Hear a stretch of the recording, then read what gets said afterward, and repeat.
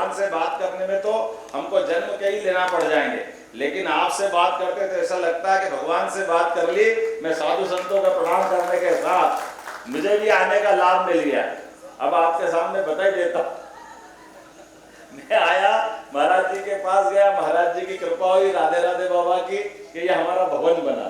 और भवन बना तो महाराज जी इतने उदार है, महाराज जी ने एक रुद्राक्ष का पेड़ लगाया। संयोग से रुद्राक्ष के पेड़ में एक मुखी रुद्राक्ष मिला, तो महाराज जी ने मुझे प्रसाद दे दिया। मैं महाराज जी का आभार भी मानता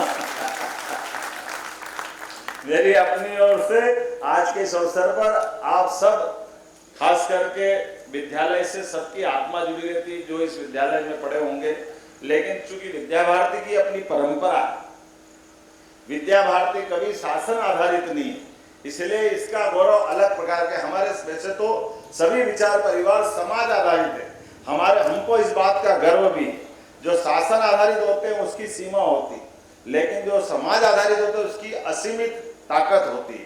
ऐसे में लेकिन बड़े बड़े काम को समाज के साथ खड़े कर लेना यह आश्चर्य भी है और मेहनत का काम भी है। लेकिन ऐसे में चूंकि बड़ा निर्माण कार्य प्रारंभ हुआ है, हम सब आपके साथ हैं। अखिलेश जी ठाकुर साहब कहाँ गए हमारे? आप जो कहोगे मैं भी आपके साथ रहूंगा। मेरा वजन कम ज्यादा की बात तो नहीं हुई है, लेकिन जितना उतना संभाल के चल रहा हूं। अभी मुख्यमंत्री बनने के बाद 2-3 किलो कम हो गया, ये मुझे मालूम है। मेरी अपनी ओर से पुनः आपको बधाई, बहुत बहुत धन्यवाद। धन्यवाद आदरणीय भाई साहब। अब हमारे बीच में मुख्य वक्ता इस रूप में श्री राम जी अरावकर, माननीय अखिल भारतीय सह संगठन मंत्री, विद्या भारती अखिल भारतीय शिक्षा संस्थान नई दिल्ली, इनसे अनुरोध करता हूं कि वे अपना उद्बोधन दे। उसके पूर्व व्यक्तिगत गीत के लिए मैं धनराज जी परमार को आमंत्रित करता हूं कि वे अपना व्यक्तिगत गीत प्रस्तुत करें। पश्चात भाई साहब का वक्तव्य होगा।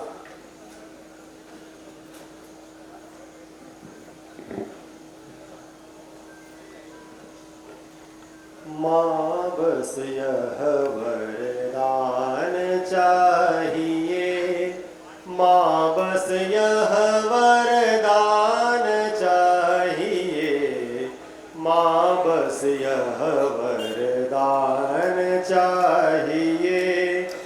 जीवन पथ जो कंटकमय हो, विपदाओं का घोर वलय हो, किंतु कामना एक यही बस, किंतु कामना एक यही बस।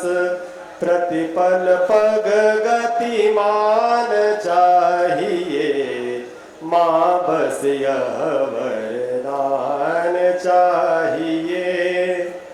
हास मिले या त्रास मिले, विश्वास मिले या हास मिले, हास मिले या त्रास मिले, विश्वास मिले या फास मिले।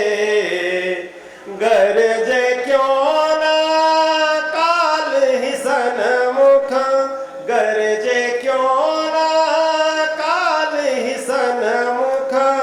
जीवन का अभिमान चाहिए, माँ बस यह वरदान चाहिए।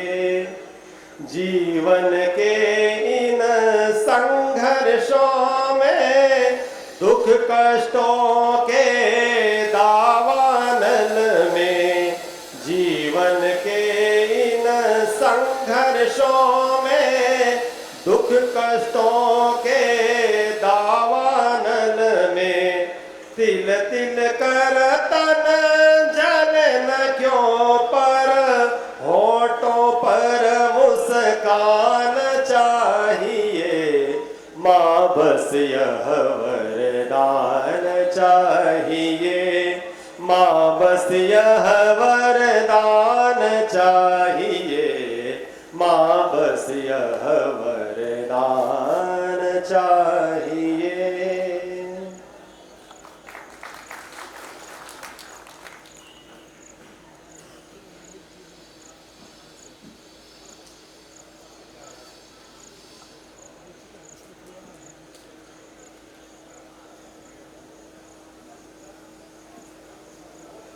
आद्य ध्वनि प्रणवाक्षर ओम। जगतजननी भारत माता, ज्ञानदायिनी वीणापाणी माँ सरस्वती, भगवान महाकाल चिंतामण गणेश,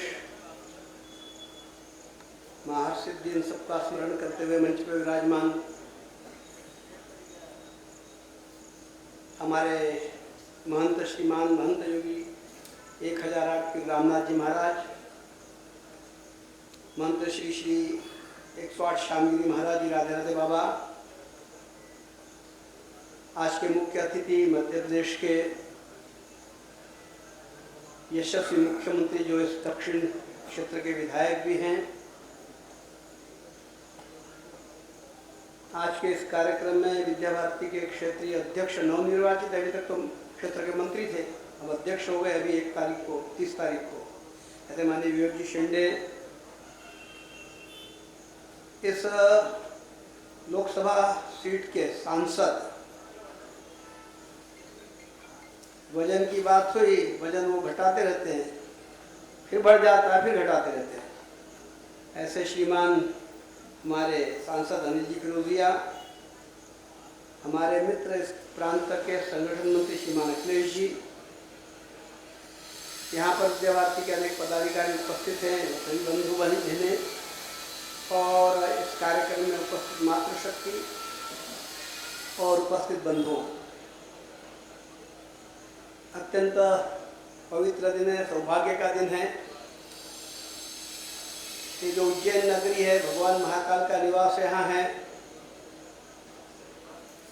और भगवान कृष्ण ने यहाँ सांदीपनी गुरु जी से अध्ययन किया। योग संयोग है कि कृष्ण का एक नाम मोहन भी था, तो ऐसी ये नगरी है। कालिदास जैसे विद्वान यहाँ हुए, विक्रमादित्य जैसे राजा यहाँ हुए, विक्रमादित्य के जो सारे नवरत्न थे उनको सबको हम जानते हैं। तो ऐसी इस नगरी में, शिक्षा की नगरी में, शिक्षा के परिसर में भगवान शिव का जो आदिदेव है उनकी आज प्राण प्रतिष्ठा का कार्यक्रम चल रहा है और महाकाल शिक्षा समिति जो रही है उसका विद्यालय जो पहले उधर मंदिर परिसर में था, पास में था, वो अब यहाँ आ रहा है, इसलिए इसका भूमि पूजन भी हुआ है। ऐसा मणिकांचन योग है, बहुत सौभाग्य का विषय है। विद्या भारती का जो कार्य है उसका थोड़ा सा जानकारी मैं आपको देना चाहता हूँ, अखिल भारतीय गायिका होने के नाते। देश में सरकार के स्तर पर तो जो काम चलता है शिक्षा का, वो चलता ही है। हमारे देश में शिक्षा है संवर्ती सूची में, परंतु संपूर्ण देश में नगरीय ग्रामीण क्षेत्र में ऐसा संगठन जो काम कर रहा है वो विद्या भारती है। देश के सभी प्रदेशों में, सभी केंद्र शासित प्रदेशों में केवल नजर न लगे इसलिए एक लक्षद्वीप छोड़ दिया है अभी।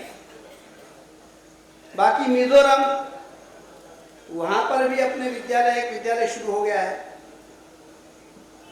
कारगिल जो लद्दाख क्षेत्र में, उसमें झंस्कार वैली, वहां पर एक विद्यालय प्रारंभ किया है। वहां एक जल शिक्षण संस्थान करके चालू हुआ है जहां कौशल विकास का प्रशिक्षण होता है। नागालैंड में बिल्कुल किफरे जो है कोने में पड़ता है, बर्मा सीमा पर आता है। मैं पिछली बार वहां गया था, काफी लंबा जाना पड़ता है। वहां भी अपना कौशल विकास केंद्र चल रहा है, विद्यालय नागालैंड में चल रहे हैं। ये जो मणिपुर है जहाँ भी अशांति की सारी बात चल रही है, वहाँ हमको मालूम है कितना विध्वंस हुआ, कितना आपस में कुकी और वहाँ के जो मैतेई है, 2 संप्रदाय हैं, 2 मत है, काफी संघर्ष हुआ। वहाँ बच्चों की शिक्षा का नुकसान न हो इसलिए स्कूल ऑन व्हील तो चलित वाहन के द्वारा और बच्चों की शिक्षा का प्रबंध वहाँ पर किया गया है। ऐसे बच्चे जिनके घर उजड़ गए उनको लाकर विद्यालयों में परिसरों में रखा गया है। और उससे भी पूर्व जब उधर बहुत अशांति थी पूर्वोत्तर में, हमको मालूम है, तब पूर्वोत्तर के बच्चों को लाकर देश भर के जो हमारे आवासीय विद्यालय हैं उन आवासीय विद्यालयों में पढ़ाने की व्यवस्था की गई और वो आज विद्यार्थी वहां जाकर शिक्षा क्षेत्र में बहुत बड़ा काम कर रहे हैं।